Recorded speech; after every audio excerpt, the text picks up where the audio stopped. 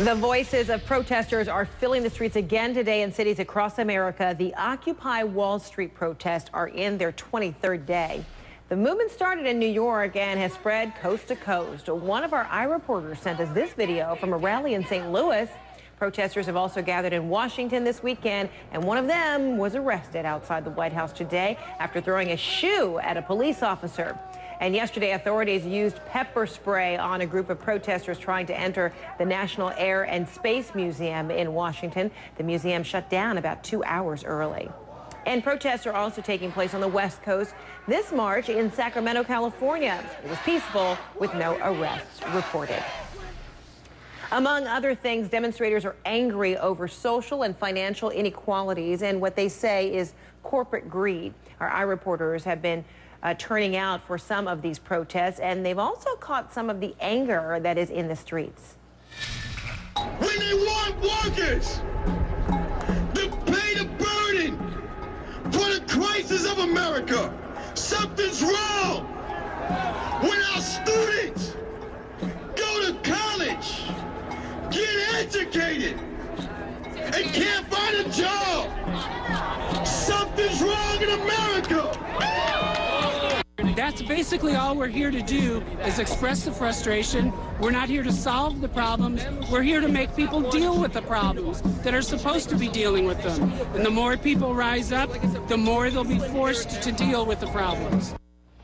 So what do the GOP presidential hopefuls have to say about the Occupy Wall Street protests? Newt Gingrich says that he understands where the anger is coming from, but Herman Cain says that he isn't even sure what the protesters want. I'm not sure what they're protesting.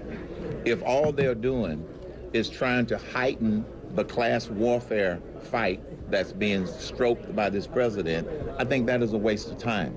Secondly, if they're frustrated because they don't have jobs, if they're frustrated because this economy is not moving, they ought to be protesting the White House because of the failed policies. Thirdly, I happen to believe that this is an intentional distraction to create in the media and in the minds of the American people so they won't focus on the failed policies of this administration. I think when you have over 9% unemployment, a failing presidency, the truth is, with this level of failure, Geithner should be fired as Secretary of the Treasury, Bernanke should be fired as Chairman of the Federal Reserve, the Dodd-Frank bill should be repealed this week.